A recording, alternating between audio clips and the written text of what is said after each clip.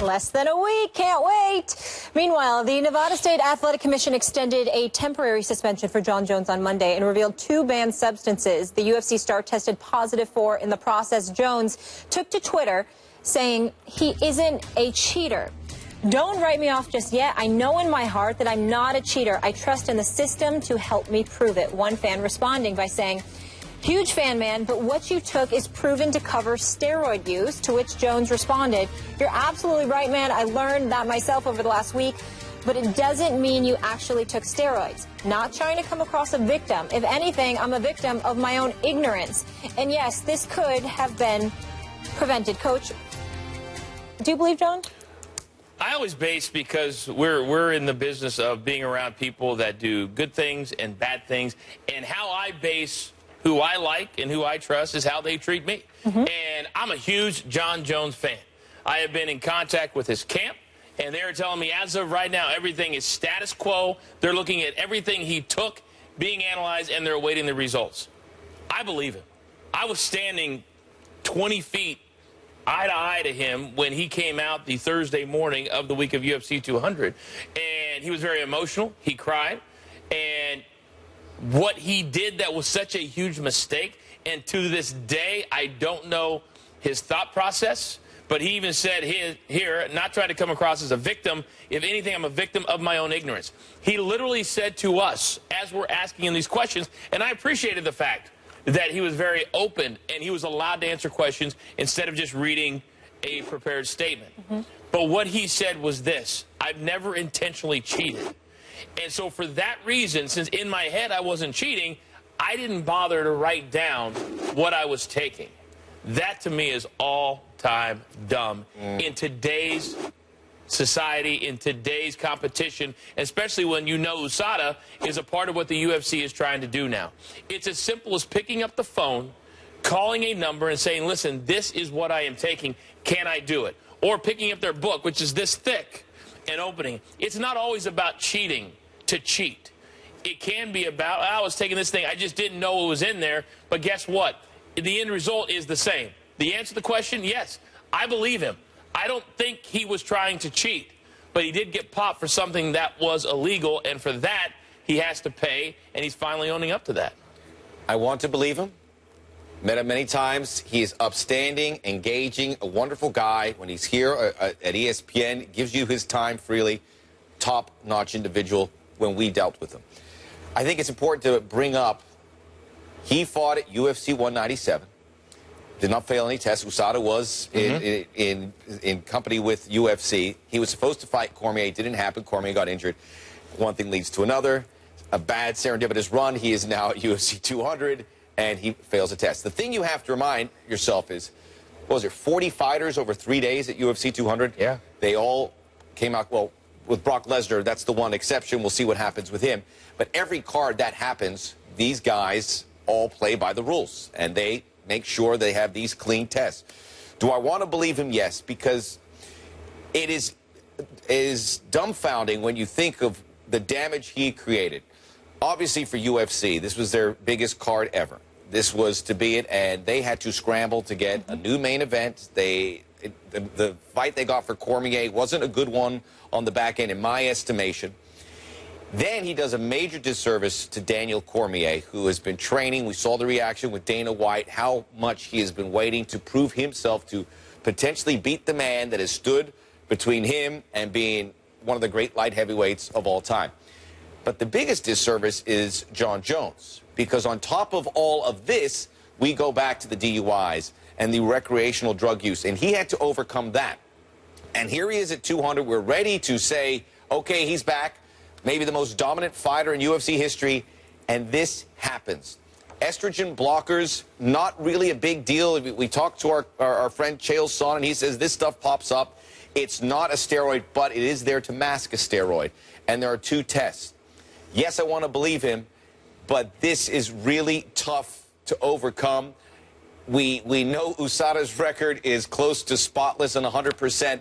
So we have to side with them in this situation, and it's just a real sad situation because he may go away. We may not see him for a long time. Yeah, I think you hit the nail on the head as to why he didn't cheat in my mind. he's been through everything. And we asked him the question, how are you perceiving at the press conference the day before this came out in Las Vegas? He said, how are you preparing and how are you looking at this fight with Daniel Cormier? And he thought about it for a second. He said, I'm looking at this as the last door to close on all the negativity in my past couple of years. And to me, being what I think is a smart human being, a smart fighter, he's done some dumb things, but I think he's a smart human being, is you couldn't be that dumb to try and risk taking something. Then you know that you're going to be tested if you put yourself in the main event, which he asked to be in, by the way. It wasn't like UFC came to him. He said, listen, I want to be a part of this. I want to be the main event.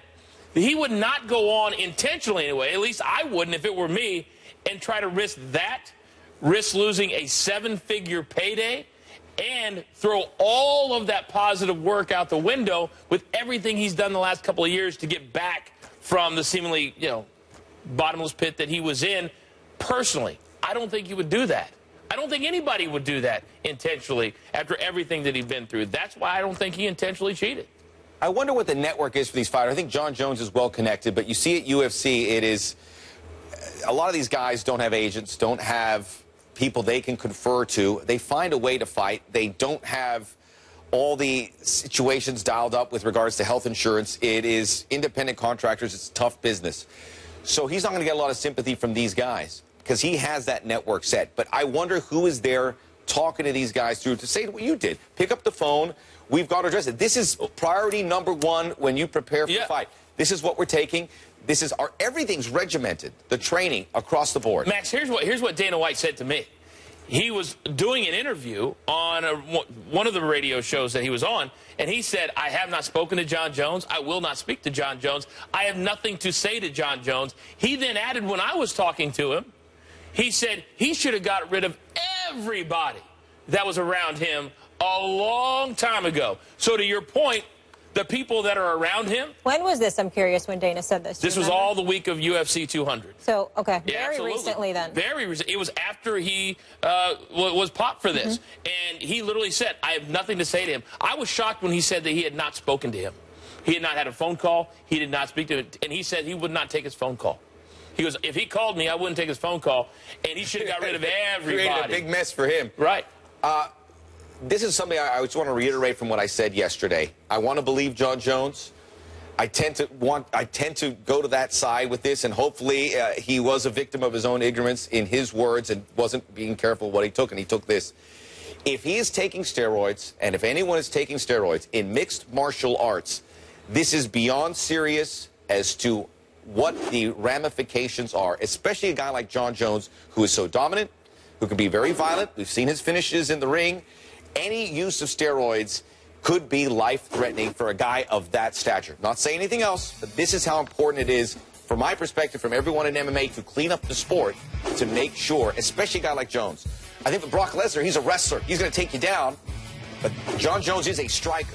And if he has anything to give him an edge, this is the worst possible scenario. Yeah, Jon Jones even reiterated that particular week. He said, I've been very outspoken against PEDs, against steroids, and for those reasons, I haven't taken it. There's a lot of reasons to believe him, but there's also a lot of reasons, Molly, not to believe him. Here's my thing. So, as you guys know, I started covering the sport in 2006. It wasn't obviously nearly as popular as it is now. Jon Jones comes in and he just dominates the sport. He's one of the most dynamic fighters we've ever seen. And obviously he was out for nearly 2 years. It was a tumultuous time for him.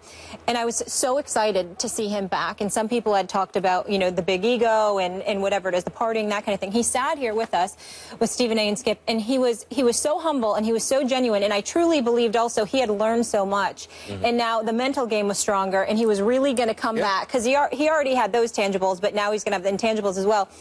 And the thing that's hard for me is Dana White wants Jon fighting. He wants Jon in this sport. So it's very concerning when he's not taking his calls and has kind of turned his back, because Jon Jones makes the UFC better when he's fighting. Obviously, we know what type of draw he is.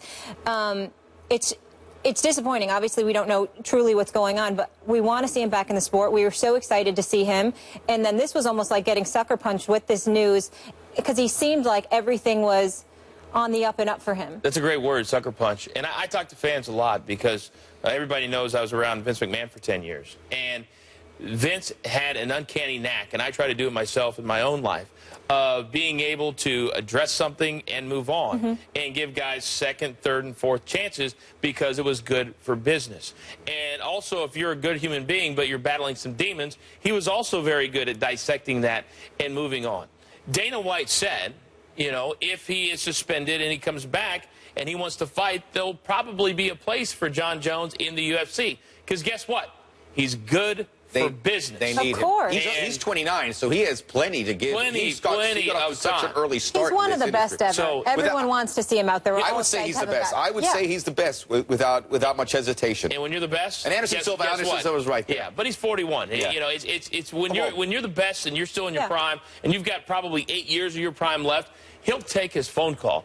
It was just such an emotional week for Dana White, Molly. That's why I'm saying how powerful that statement is, because we know how bad he wanted him back as well. And for me, I don't know much about PEDs, obviously, and if someone's using it for recovery, I don't think he was injured. But this guy doesn't need to cheat.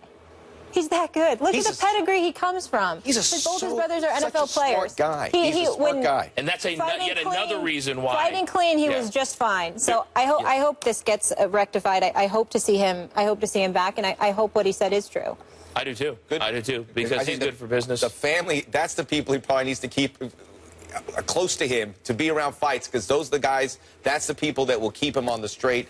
That's the guy. He's a smart guy. You hear him talk. He can talk the talk. I think that is part of the method, part of the healing here to get back on track and get back in the octagon where we want to see. Well, I think that he should heed Dana's advice, and we just saw Phil Mickelson did it in golf when he went through his issues, and he said, listen, I got to change the people that I'm hanging out with. And Phil's 46 years old. This is Jon Jones, who is in a party atmosphere. It's the same thing for Johnny Manziel, by the way. Exactly. No, we don't need that type of situation now. Right, and we're not close to there yet. Right. There is a bottom line. We've all had to do it. We've all had to cut people out of our lives. Everybody has to, let's be honest. Question. You're out of my life. Yes, you're both dead. Sorry, it's a tough decision. You're both dead to me. I'm done. Up next, just me. All right, coming up.